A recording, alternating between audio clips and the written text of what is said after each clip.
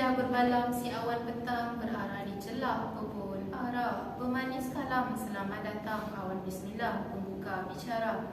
Bismillahirrahmanirrahim. Assalamualaikum warahmatullahi wabarakatuh. Dan salam sejahtera saya ucapkan kepada warga Dewan sekalian. Tidak dilupakan kepada ahli-ahli panel undangan kita pada pagi yang mulia ini. Topik forum kita pada hari ini ialah kemurungan terapi dari sudut psikiatri dan rohani. Sebelum saya memulakan perbincangan pada hari ini, saya ingin memperkenalkan diri saya, Sarah Maisara Metikalil, sebagai moderator anda pada hari ini. Bersama saya adalah 4 orang ahli panel yang tidak asing lagi. Baiklah, di sebelah kiri saya ahli panel kita yang pertama iaitu Dr. Elmuna. Dr. Elmuna merupakan seorang psikiatri yang bertugas di Hospital Sultan Abdul Halim Sungai Petani Kedah dan telah berkhidmat selama 5 tahun. Selamat datang, Doktor. Seterusnya, ahli panel kita yang kedua iaitu Encik Adlan. Encik Adlan merupakan seorang pensyarah di International Islamic University Malaysia (IIUM) dalam bidang psikologi. Selamat datang, Ustaz. Okey, seterusnya ahli panel kita yang ketiga iaitu Encik Abdullah Rahimi. Encik Abdullah Rahimi yang merupakan pelajar Universiti Kuala Lumpur dan salah seorang yang berjaya melepasi daripada masalah kemurungan. Selamat datang, Encik Abdullah.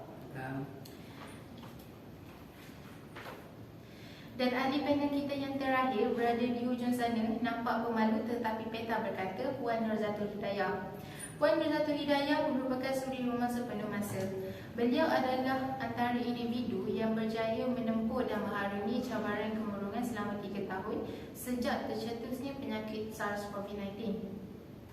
Sebelum saya memulakan perbincangan ini, izinkan saya mengupas sedikit tentang tajuk forum ini. Apa fahaman kita tentang kemurungan? Kemurungan adalah gangguan perasaan seseorang yang menyebabkan seseorang itu merasa sedih yang berpanjangan, keletihan dan ketiadaan tenaga, cepat marah serta hilang minat dalam aktiviti harian.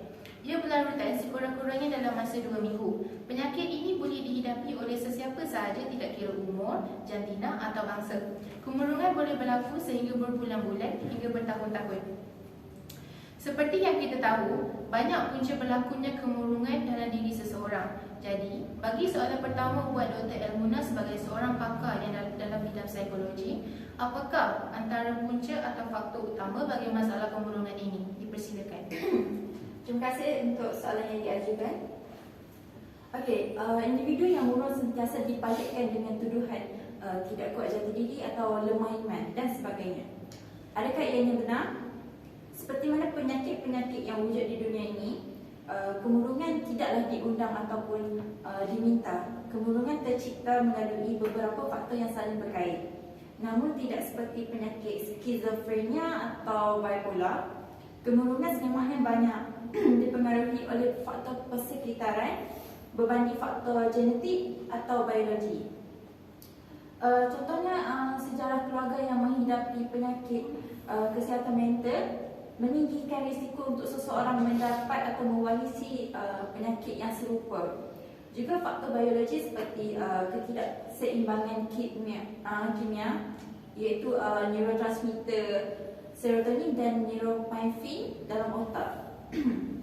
Dari segi persekitaran pula, adalah tekanan di mana peristiwa hidup yang tertekan seperti kehilangan orang yang tersayang, kekurangan sokongan dari orang sekeliling dan juga stres yang melampau. Terima kasih. Terima kasih kepada Dr. Elmuna atas perkongsian beliau sebentar tadi berkenaan faktor utama kemurungan. Saya tertarik dengan pandangan beliau bahawa kemurungan ini dapat dipengaruhi daripada pelbagai sumber, iaitu oleh faktor persekitaran, faktor biologi dan juga faktor genetik. Seterusnya, saya ingin beralih kepada panel yang kedua iaitu Encik Adlan. Sebelum ini, saya pernah melihat beberapa postingan di Facebook berkaitan dengan beberapa kes bunuh diri yang berlaku di Malaysia. Apabila saya baca di bahagian komen, terdapat segelintir daripada mereka yang meninggalkan komen negatif seperti tak baca Quran lah ni sebab tu jadi macam tu. Jadi, di sini kita dapat lihat masih ramai yang memberi persepsi bahawa penyakit mental berpunca daripada kelemahan iman atau kurang amalan dan didikan agama terhadap individu berkenaan.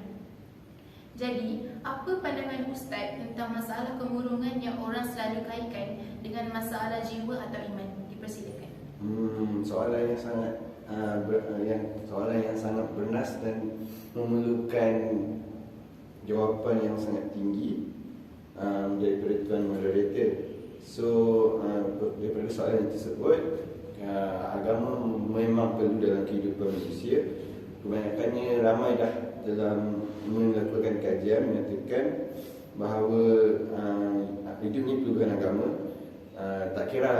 Tidaklah mengira apa-apa bahagian, yang especially yang sekarang ni menceritakan kesan agama terhadap penyakit kemurungan. So individu yang tidak mengikut ni selalunya dia akan gagal tuju, serta dia akan kurang kasih sayang daripada Allah, dan mereka juga yang memerlukan sebenarnya selain daripada fizikal, dia juga perlukan kekuatan spiritual untuk menghadapi kehidupan ragam. So pada masa kini, kebanyakan masalah berpunca daripada aktiviti harian kita, sehingga membolehkan memberi kesan negatif terhadap kehidupan kita. So dalam Islam memerlukan keseimbangan dunia dan akhirat. So keseimbangan itu benda yang sangat penting dalam menghasilkan satu jiwa yang kuat serta mental yang bersih, mampu membuatkan seseorang itu menahan ataupun bersabar dalam menghadapi ujian.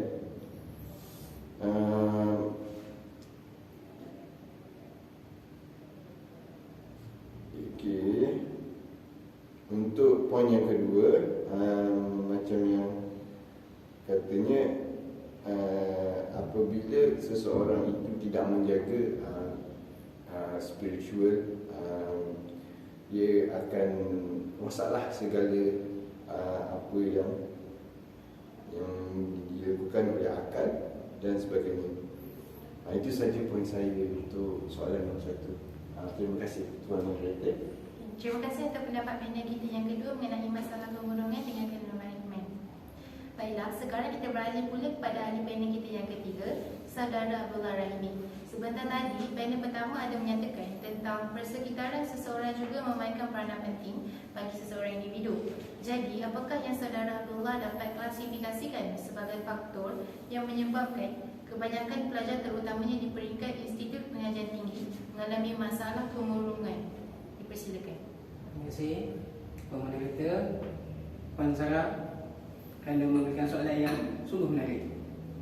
Assalamualaikum dan salam sejahtera kepada semua yang hadir pada hari ini, dan kepada Ustaz Adlan dan benar Puan Hidayah. Saya sebagai pelajar yang belajar di peringkat institusi tinggi pengajian tinggi, faktor pelajar mengalami kemurungan adalah kes buli. Kes buli, kerana buli ni dapat membahayakan kepada mangsa buli tu, sama ada dari segi fizikal atau mental. Buli ni sangat bahayalah. Ya, buli ni sangat bahaya. Oleh disebabkan itu, mereka yang sering dibuli ni selalu berada dalam kemurungan disebabkan buli lah. Kenapa mangsa buli itu tidak melakukan report kepada pensyarah atau cikgu kerana dibuli? Disebabkan oleh dia tahu walaupun kita melakukan report tentang buli, kita dibuli, orang yang buli itu akan berhenti untuk sementara waktu saja, dan apabila dah reda, mereka akan lakukan balik buli itu. So buli ni Dia tak akan berhenti bila tak atasinya. So bullying ni ada juga sebab boleh menyebabkan jugalah bahaya kepada diri kita. Sebagai contoh, bullying ni boleh membuatkan student tu tak akan datang ke sekolah, tak akan datang ke kelas.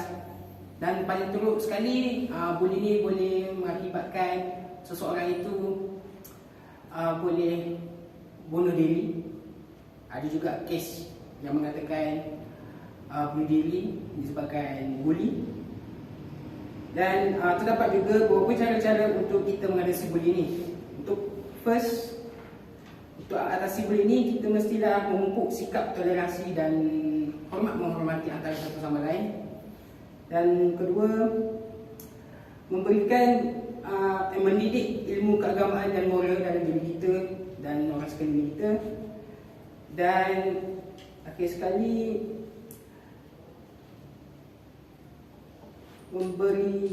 memberikan tindakan atau undang-undang yang lebih berkesan kepada pembuli. Saya rasa itu sahaja daripada saya. Terima kasih. Okay, terima kasih atas pandangan saudara Abdullah tadi. Seterusnya bagi Puan Rozatul Hidayah pula. Seperti yang kita sedia maklum, seluruh dunia terkesan dengan masalah COVID-19 dan Malaysia juga tidak terkecuali. Jadi, bagaimana situasi COVID-19 itu memberi kesan kepada kehidupan Puan? Boleh Puan jelaskan dengan lebih terperinci? Okey, terima kasih Puan Sarah atas soalan itu. Berdasarkan soalan yang Puan ajukan kepada saya, dia memang betul apa yang Puan katakan.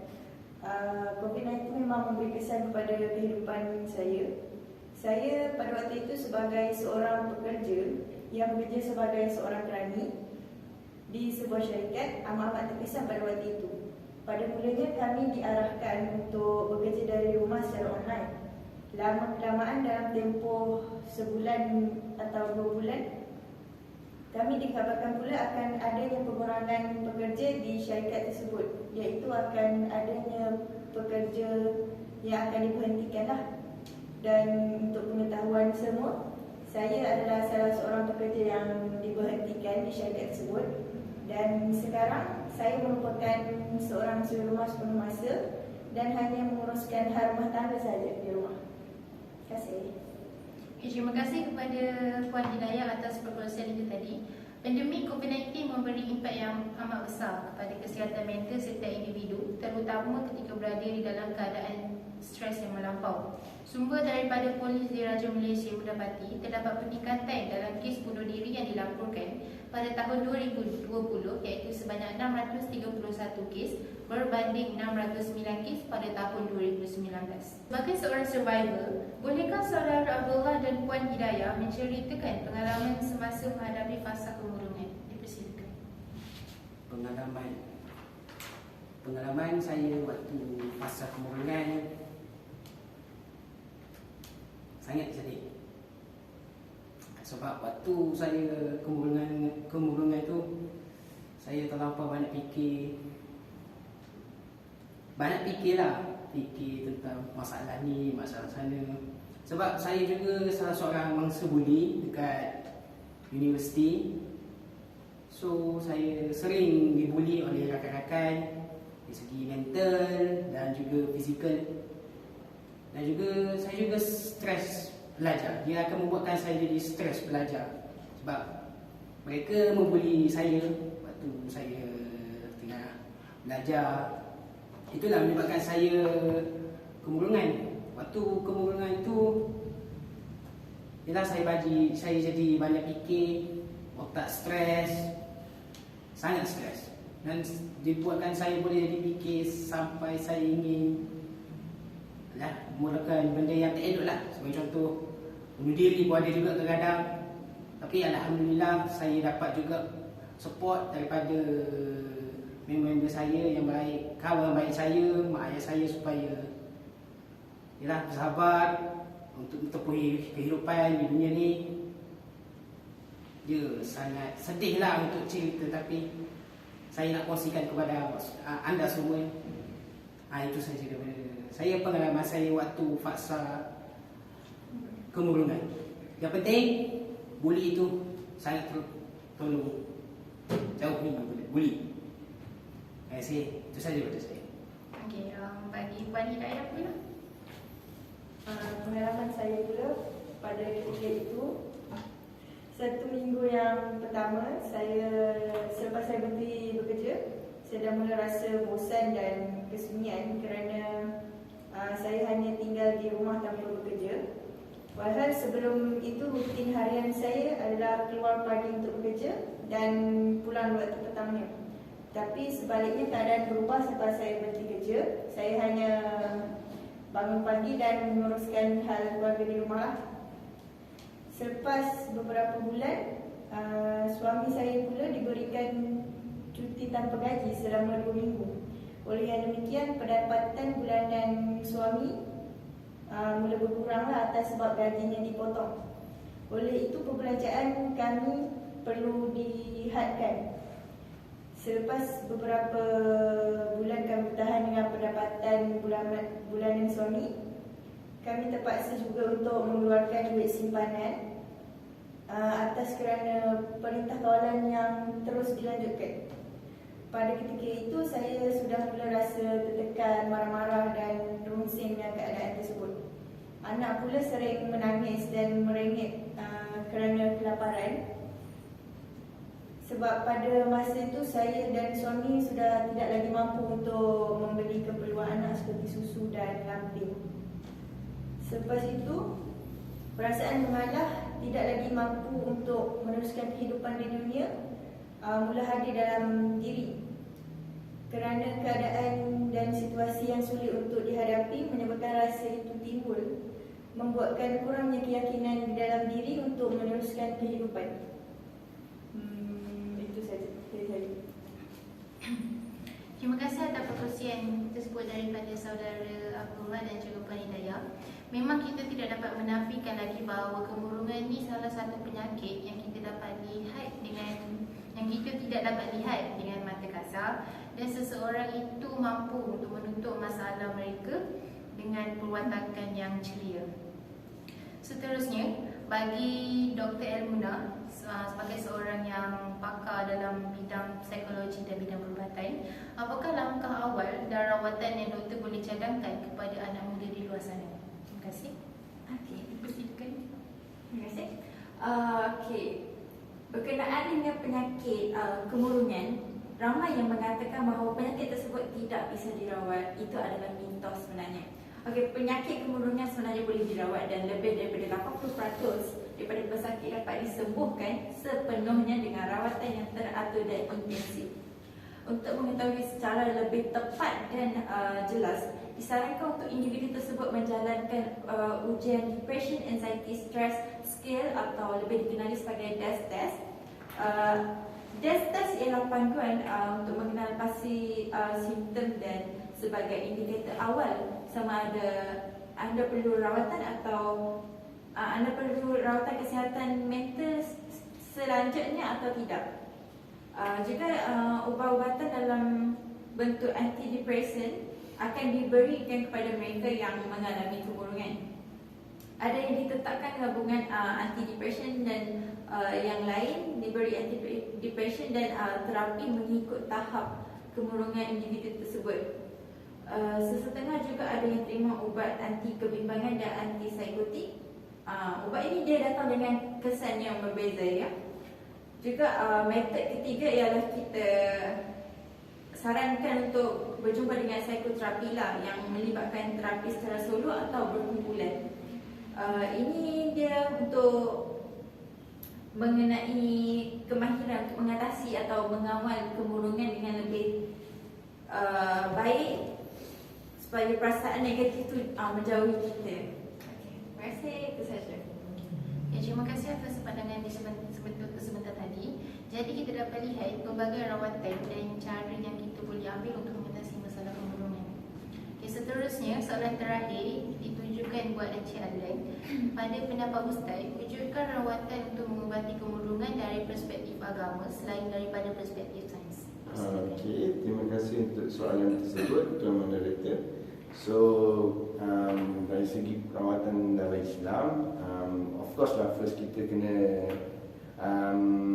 reda ataupun kita kena anggap segala apa yang berlaku yang menyebabkan kemurungan itu adalah satu ujian daripada Allah. Ujian itu adalah untuk membentuk kita sebagai seorang Muslim yang bertakwa, mempunyai kesabaran yang tinggi serta mampu menghadapi segala perkara yang Allah campakkan kepada kita.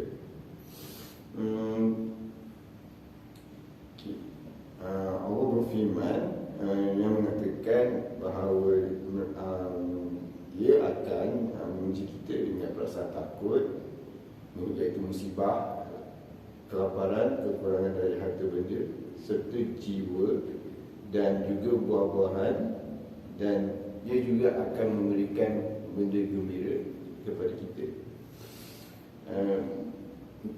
Dia adalah untuk menetapkan nilai-nilai keimanan, ketakwaan, kesyukuran dan cinta kepada Allah SWT. Okey,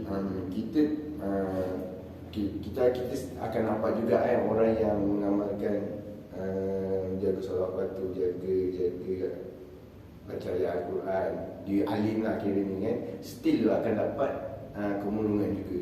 So yang ini yang orang kata step kedua adalah sangat penting, iaitu sentiasa berkenalan ataupun orang kata menjalankan hubungan silaturahim sesama manusia serta berkomunikasi dengan baik dengan mereka, kerana mereka ni adalah orang kata sumber kedua, di mana mungkin mereka adalah contoh doktor ke yang faham benda kemurungan ni macam mana, diorang dapat menyediakan pelbagai solusi lain, dan mereka juga merupakan sokongan moral, boleh bagi sokongan moral sekiranya seseorang itu tertimpa musibah yang berat sehingga menyebabkan kemurungan dalam kehidupan seseorang.